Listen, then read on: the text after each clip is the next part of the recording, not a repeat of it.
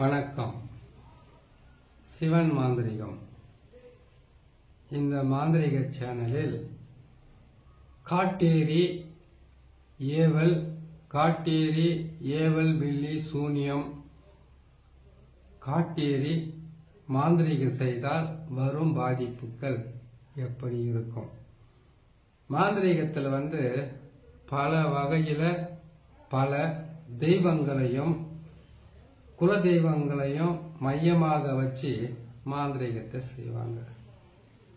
அதில் காளி மாந்திரிகன்றது ஓரளவுக்கு நன்மையோ தீமையோ செய்யுதுன்னா, அதை விட மிகவும் கஷ்டங்களையும் நஷ்டங்களையும் கொடுக்கிறது எப்பவுமே காட்டேரி மாந்திரிகம். காட்டேரிய குலதெய்வமாக வச்சுக்கிட்டு இருக்கிறவங்க கிட்ட எந்த காரணத்தை கொண்டும் அவங்கள பகைச்சிக்க கூடாது. காளியை விட சக்தி வாய்ந்தவங்களா? அப்படி கிடையாது.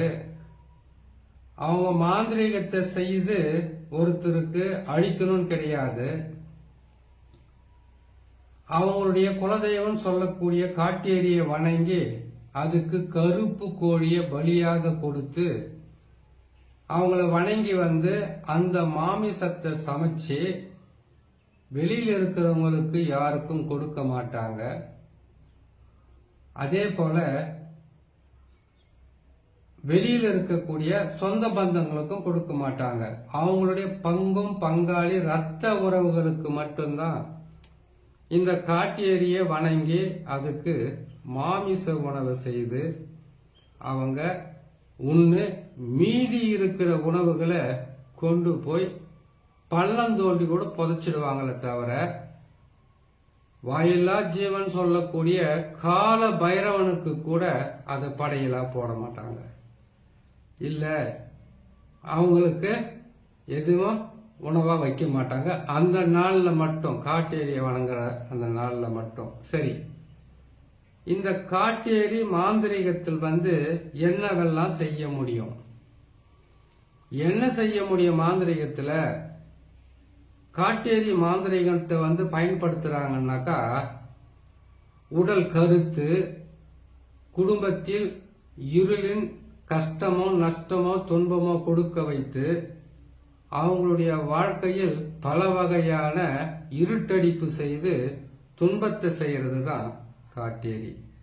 வணங்குறவங்களுக்கு என்னாலுமே துணையாக இருக்கிற இந்த தெய்வம் இத வணங்குறவங்களுக்கு எதிரியாக இருக்கிறவங்கள என்னவெல்லாம் கொடுமைப்படுத்தி அவங்கள அழிக்கணும்னு கேட்டீங்கன்னாக்கா, காட்டேரிய வணங்குறவங்களுக்கு இந்த மாந்திரீகத்தை செய்து பயன்படுத்தணும்னு கேட்டீங்கன்னாக்கா, முதல்ல அந்த காட்டேரியினுடைய உருவ பொம்மையோ அல்லது கருப்பு நிறத்தில் இருக்கக்கூடிய எதையாவது ஒரு துணியை வாங்கிட்டு அதுல கருங்கோழியை வச்சு அந்த கருங்கோழியோடு சேர்த்து காட்டேரி பீஜ மந்திரங்களையும் அதுக்கப்புறமாக அவங்களுடைய மூல மந்திரங்களையும் பயன்படுத்தி அவங்களுக்கு உண்டான பூஜை புனஸ்காரம் சொல்ல போறது கருப்பு கோழி தான்.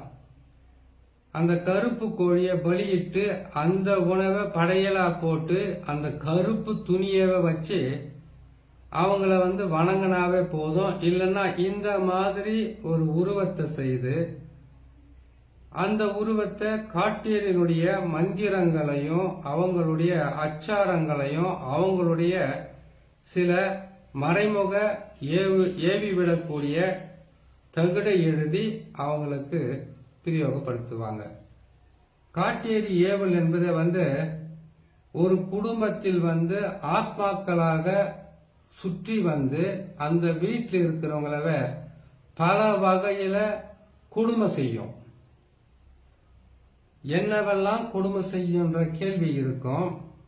காட்டேரி மாந்திரிகத்தை நீங்க பயன்படுத்திட்டீங்களா? அதை பயன்படுத்துறதுக்கு முன்னாடி நான் சொன்ன மாதிரி ஒரு கோழி கருப்பு கோழியை வாங்கணும். அந்த கருப்பு கோழியே சேவலா இருந்தா கூவி இருக்க கூடாது. ஆனா அவங்க காட்டேரியை வணங்கும் போது கூவாத சேவலை எல்லாம் செய்ய மாட்டாங்க. மாந்திரிகத்துக்கு மட்டும்தான் இதை பயன்படுத்தணும். சரி, கருப்பு கோழி பெட்ட கோழியா இருக்குன்னா முட்டை வச்சிருக்க கூடாது, கன்னி கோழியா இருக்கணும். அந்த கோழியை 2 வாங்கிட்டு வந்து ஒன்று கருப்பு சேவலாவது இருக்கட்டும், இல்லை கருப்பு பெட்ட கோழியாவது இருக்கட்டும். இது ரெண்டுத்துல ஏதாச்சும் ஒன்றோ இல்லை ரெண்டுத்தையுமே வாங்கிட்டு வந்து முதல்ல காட்டேரிக்கு உண்டான பூஜை சனிக்கிழமை அமாவாசை இந்த நாள்ல இதை செய்ய ஆரம்பிப்பாங்க. இதை செய்ய ஆரம்பிக்கும் போது அவங்க வந்து கருப்பு வஸ்திரத்தை அணிவாங்க, இல்ல கருப்பு நிறத்துல துணியை கீழே வச்சு அதை வந்து காட்டேரியாக அவங்க நினைச்சுக்கிட்டு அதுக்குண்டான பூஜை விதி பிரகாரம் ஒரு தளவாழை இலை போட்டு அதுல வந்து முட்டை, இந்த கருங்கோழியை அறுத்து அதுக்குண்டான பலி, அதுக்குண்டான மாமிசம், அவல் பொரி, கடலை, அதுக்கப்புறம் அதோட சேர்த்து ரத்த சாதத்தையும் கலந்து வச்சு சாராயம், சுருட்டு, தாம்பூலம், பத்தி இது எல்லாமே படையலாக வச்சு தூப தீபம் காட்டி அதுக்கு உண்டான விருந்த படைச்சு அதுக்கப்புறமா காட்டேரிய வந்து ஏவல் விட ஆரம்பிப்பாங்க.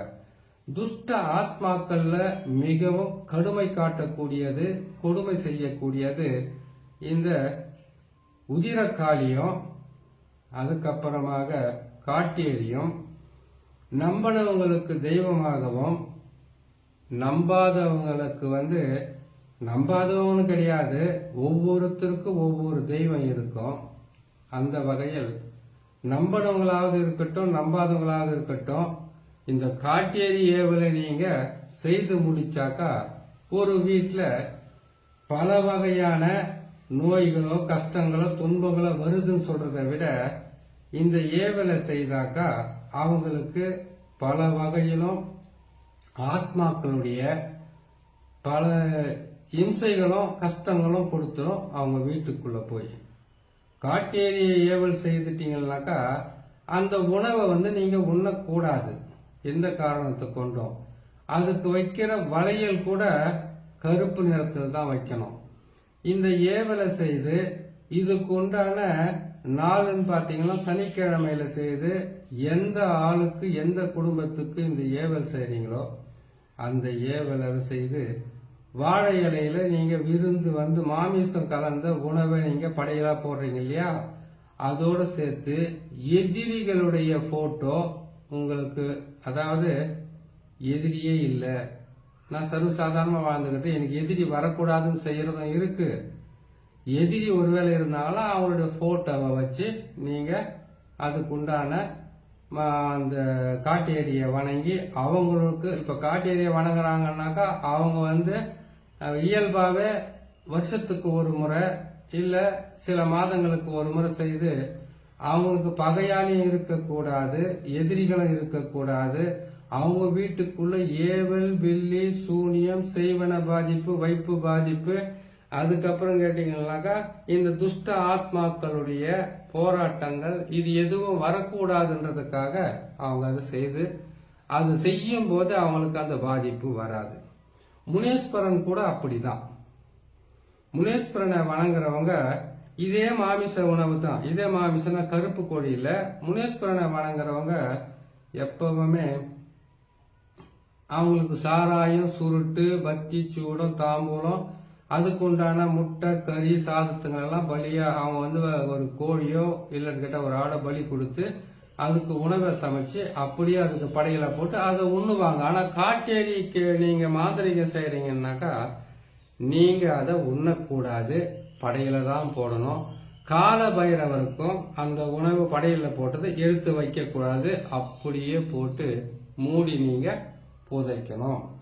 இத வந்து செய்து ஒருவேளை மாந்திரிகத்தை நீங்க காட்டேரி வச்சு செய்றீங்கன்னாக்கா அதுக்கு நீங்க அவங்களுடைய போட்டோ அதையெல்லாம் வச்சு இதுக்குண்டான நாள்ல வந்து பயன்படுத்தி உங்களுடைய மனவேதனைகளையும் கஷ்டங்களையும் சொல்லி, காட்டேரிக்குன்னு சில எந்திரங்களும் மந்திரங்களும் இருக்கு.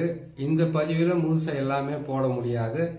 இன்னொரு பதிவுல உங்களுக்கு அந்த எந்திரத்தையும் மறைமுகமான அந்த மந்திரத்தையும் அதுக்கு பிறகு மூல மந்திரத்தையும் அதுக்கு உண்டான சக்கரங்களையும் இன்னொரு பதிவில் போடுறேன். காட்டேரி மாந்திரிகத்தை செய்து அது பல வகையான பகைவர்களையும் எதிரிகளையும் அழிச்சு தன் குடும்பத்துக்கு செய்வினை வராம, ஏவல் பில்லி சூனிய பாதிப்புகள் இல்லாம, எதிரிகளால துன்பங்கள் வராம பல வகையிலும் காப்பாத்துறதுக்காக செய்யக்கூடியதுதான் காட்டேரி மாந்திரிகம்னு சொல்லி இன்னொரு நல்ல பதிவில் நான் சந்திக்கிறேன்.